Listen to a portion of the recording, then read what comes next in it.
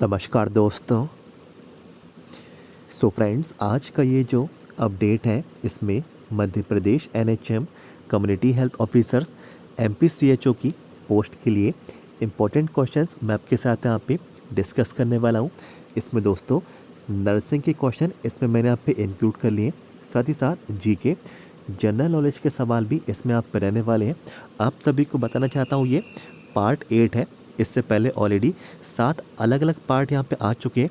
आप सभी लोग ने इससे पुराने वाले पार्ट अभी तक नहीं देखे तो कोई भी घबराने वाली बात नहीं है। इसी वीडियो के नीचे आपको जाना है, डिस्क्रिप्शन बॉक्स में सातों अलग अलग पार्ट्स की लिंक आपको मिल जाएगी। एक एक करके सारे पार्ट्स आप लोग वॉच कर लेना, आप लोग देख लेना। काफ़ी इंपॉर्टेंट क्वेश्चन उनमें मैंने यहाँ पे कवर किए हैं। दोस्तों आज का ये जो अपडेट यहाँ पे जो रहने वाला है काफ़ी ज़्यादा महत्वपूर्ण रहेगा, और जो क्वेश्चंस इनमें मैंने आप पे कवर किए, ऐसी मेरी यहाँ पे उम्मीद है कि आपकी परीक्षा में आपको रिपीट देखने को ज़रूर मिलेंगे।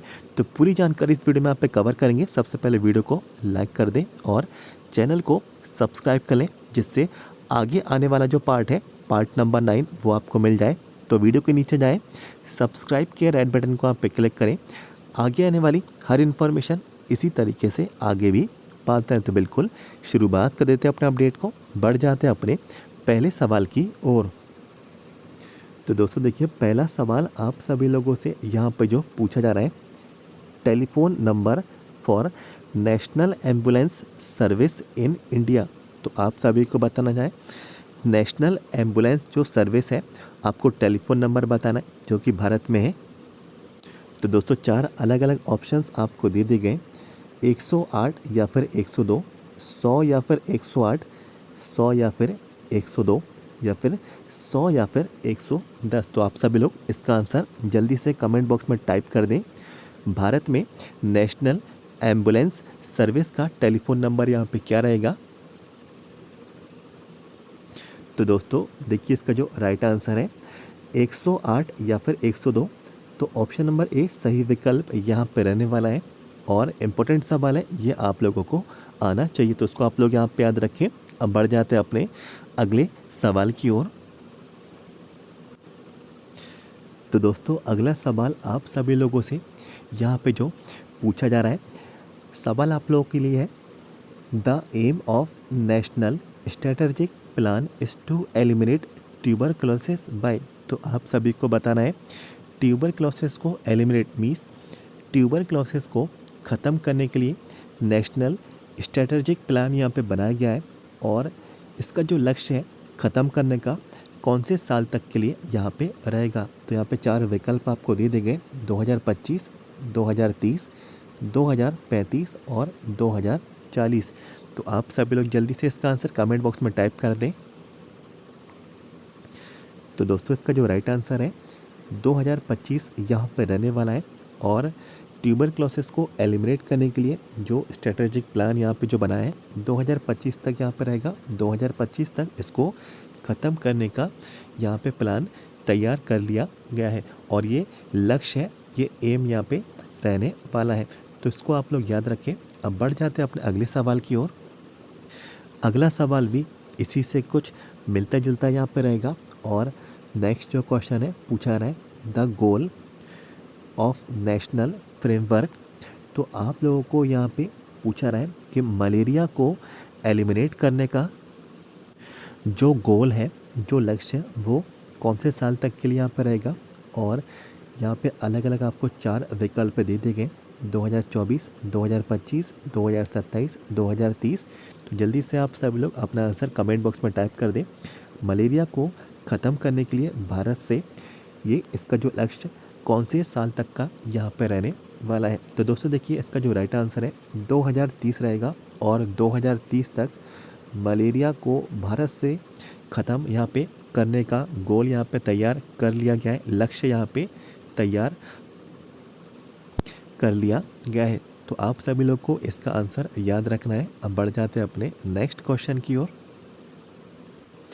दोस्तों अगला जो सवाल है पूछा रहा है, वैक्सीन टू कंट्रोल डायरिया इस। तो आप सभी को बताना है डायरिया को कंट्रोल करने के लिए कौन सा वैक्सीन है? आपको 4 विकल्प दे दिए गए, निम्नोकल रोटावायरस, साल्क और HIV। तो आप सभी लोग इसका आंसर कमेंट बॉक्स में टाइप कर दें। तो दोस्तों देखिए, इसका जो राइट आंसर है, डायरिया को कंट्रोल करने के लिए जो वैक्सीन है रोटा वायरस। तो ऑप्शन नंबर बी सही विकल्प यहाँ पे रहने वाला है। अब बढ़ जाते हैं अपने अगले सवाल की ओर।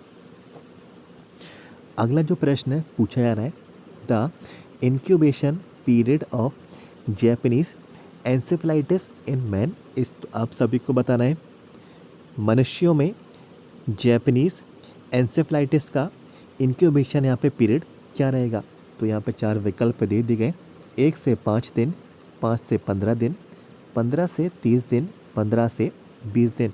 तो जल्दी से आप सभी लोग इसका आंसर कमेंट बॉक्स में टाइप करके बताएं। तो दोस्तों देखिए, इसका जो राइट आंसर है 5 से 15 दिन यहाँ पे रहने वाला है और ऑप्शन नंबर बी सही विकल्प यहाँ पे रहेगा। जैपनीज एंसेफेलाइटिस का इंक्यूबेशन जो पीरियड है 5 से 15 दिन का रहता है। तो ये आप लोग यहाँ पे इसको याद रखें। अब बढ़ जाते हैं अपने अगले सवाल की ओर। अब दोस्तों इसके बाद जो अगला सवाल है, इसमें आप लोगों से पूछा जा रहा है, which of the following drug is choice for diabetes insipidus. तो दोस्तों आपको डायबिटीज़ इंसिपिडस के लिए ड्रग आपको बतानी है, ये कौन सी है। ऑप्शंस आपको यहाँ पे दे दिए गए, 4 अलग अलग यहाँ पे विकल्प हैं, देख सकते हैं। पहला जो ऑप्शन है डेस्मोप्रेसिन है, दूसरा जो ऑप्शन है डोपामाइन है और डोपामीन भी इसको यहाँ पे बोलते हैं, ऑस्मोटिक ड्यूरेटिक्स है और साथ ही साथ यहाँ पे नोराड्रेनालिन यहाँ पे रहेगा। तो आपको 4 विकल्प दे दिए गए और जल्दी से बताएं डायबिटीज़ इंसिपिडस के लिए ड्रग यहाँ पे क्या रहेगी। तो जल्दी से आप लोग कमेंट बॉक्स में इसका आंसर टाइप कर दें। तो दोस्तों आप सभी को बताना चाहता हूँ, इसका जो राइट आंसर है डेस्मोप्रेसिन यहाँ पे रहेगा और इस क्वेश्चन के हिसाब से ऑप्शन नंबर 1 सही विकल्प यहाँ पे रहने वाला है। तो आप लोग उसको याद रखें।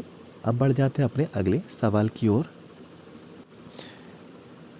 अब दोस्तों आप सभी लोगों से अगला सवाल पूछा रहा है, which is the most common viral infection seen in post renal transplant patients. तो दोस्तों वायरल इन्फेक्शन के बारे में आपको जानकारी देनी है जो कि पाया जाता है पोस्ट रेनल ट्रांसप्लांट जो कि पेशेंट में यहाँ पे रहेगा और ये मोस्ट वायरल इन्फेक्शन है। तो आपको बताना है herpes group, hepatitis viruses, retroviruses, Zika virus. तो जल्दी से आप सभी लोग इसका जो आंसर है कमेंट बॉक्स में टाइप कर दें। तो दोस्तों आप सभी को बताना चाहता हूँ, मोस्ट जो कॉमन वायरल इन्फेक्शन जो कि पाया जाता है पेशेंट्स में पोस्ट रेनल ट्रांसप्लांट वाले, हर्पीस ग्रुप इसका यहाँ पे राइट आंसर यहाँ पे रहेगा। ऑप्शन नंबर 1 सही विकल्प यहाँ पे रहने वाला है। तो इसको भी आप लोग यहाँ पे याद रखें, इम्पोर्टेंट सवाल है। और अब बढ़ जाते हैं अपने नेक्स्ट क्वेश्चन की ओर। अगला जो क्वेश्चन आप सभी लोगों से यहाँ पे जो पूछा जा रहा है, which of the following is most common facial fracture. तो आपको बताना है सबसे मोस्ट कॉमन जो फेशियल फ्रैक्चर है। तो आपको 4 विकल्प दे दिए गए, nasal bone fracture, frontal bone fracture, maxillary bone fracture और मैंडिबुलर फ्रैक्चर। तो आपको इसका आंसर कमेंट बॉक्स में टाइप कर देना है।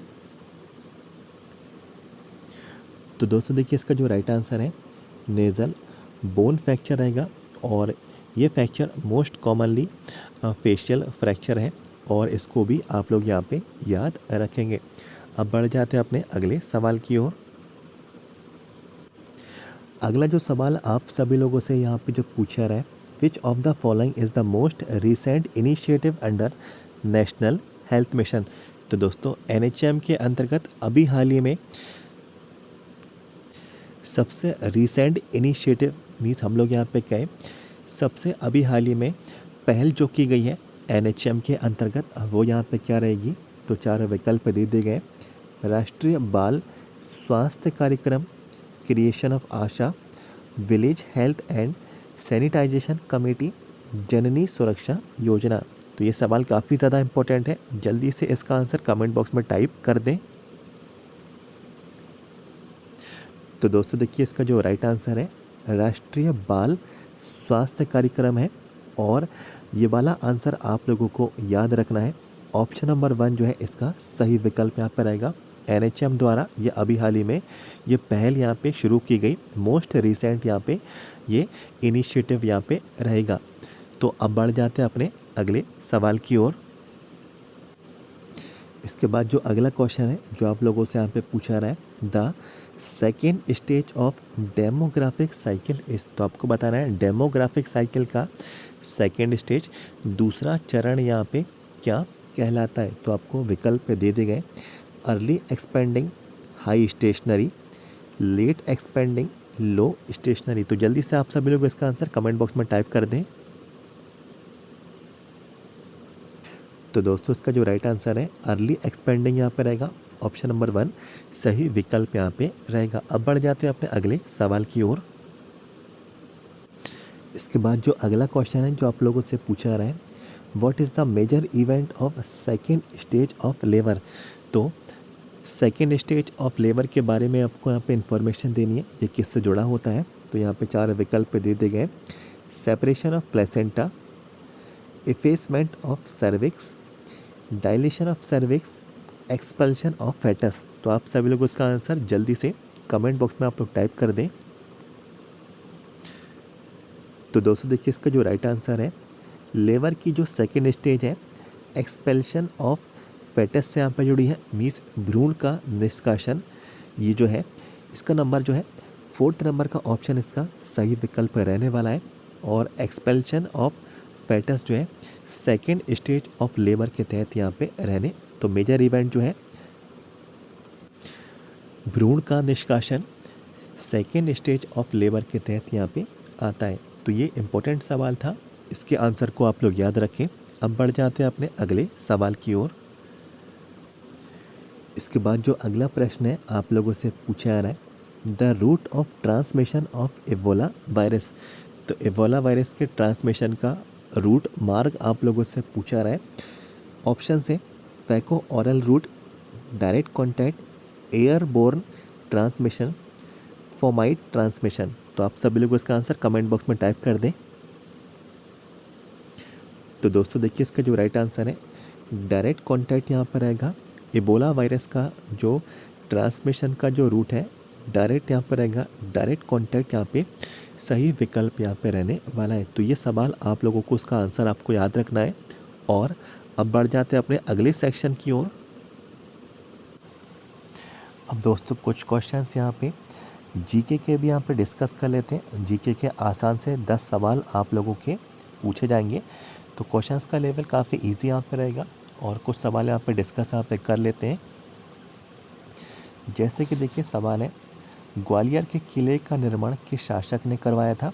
तो आपको शासक का नाम बताना है। तो सूरज सेन ने ग्वालियर के किले का निर्माण करवाया था। तो इसको आप लोग यहाँ पे इसका नाम याद रखें। इसके बाद ब्रेडरी नामक जाति का बारहसिंगा केवल एक ही राष्ट्रीय उद्यान में पाया जाता है।